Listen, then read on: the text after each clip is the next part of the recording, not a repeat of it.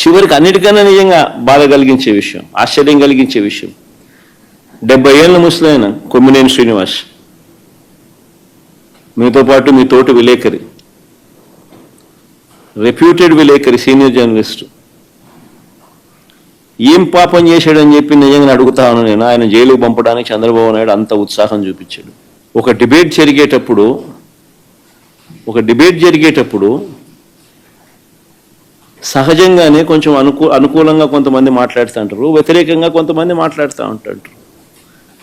ఆ మాట్లాడే ప్యానలిస్ట్ మాట్లాడే మాటలకు యాంకర్కి ఏం సంబంధం? ఇది మినిమం లాజికల్ రీజనింగ్. అలాంటిది ఆయన తీసుకొచ్చినాడు, జైల్లో వేసినాడు.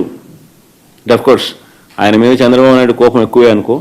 ఇంతకుముందు ఆయన ఉద్యోగం కూడా ఊడగొట్టే దాంట్లో కూడా చంద్రబాబు నాయుడు పాత్ర చాలా క్రియాశీలక పాత్ర పోషించినాడు.